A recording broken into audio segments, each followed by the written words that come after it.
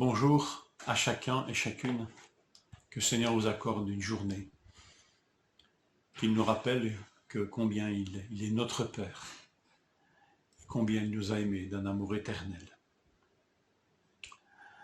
Abdias 1, verset 12. Ne regarde pas avec plaisir le jour de ton frère, le jour de son malheur. Ne te réjouis pas aux dépens des Judéens le jour de leur ruine, et n'ouvre pas une grande bouche le jour de ta détresse, de sa détresse. Je vais vous parler aujourd'hui d'un thème étonnant, c'est celui de la haine fraternelle. Cette haine fraternelle qu'Édom a envers Israël. Ces descendants d'Ésaü, frère de Jacob, vouent une haine tenace envers ses descendants de Jacob. Ils devaient être frères et les voilà ennemis. La haine des Édomites, en fait, est une haine particulière parce qu'elle est entretenue avec soin. C'est ce que nous dévoile en fait le livre du prophète Amos, au chapitre 1, verset 11. Parce qu'Édom a poursuivi ses frères avec l'épée, en étouffant sa compassion.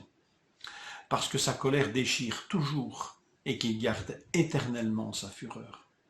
Une colère entretenue, délibérément entretenue. Étonnant, n'est-ce pas?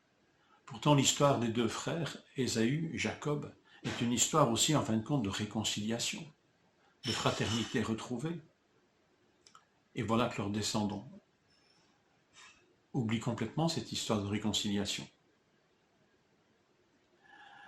L'histoire est quand même quelque chose d'étonnant. J'ai l'impression que l'histoire est un endroit où nous picorons pour entretenir des tas de choses. Nous avons une lecture sélective de l'histoire. Les nations ont une lecture sélective de leur propre histoire.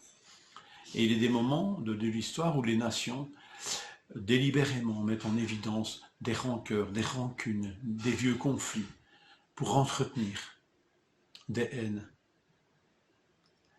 Alors bien sûr, on met de côté des tas d'autres éléments de cette histoire. On picore, comme je vous le disais, on fait son shopping pour entretenir délibérément ces sentiments de haine et de rancœur et les justifier.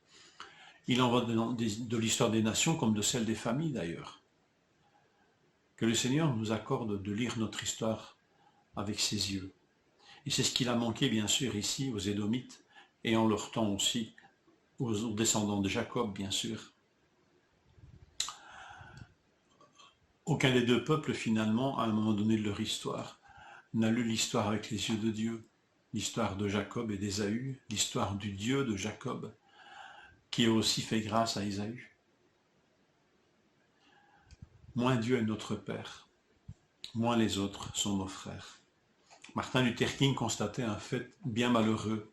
Nous avons appris à voler comme l'oiseau, à nager comme le poisson, mais nous n'avons pas appris l'art de vivre comme des frères.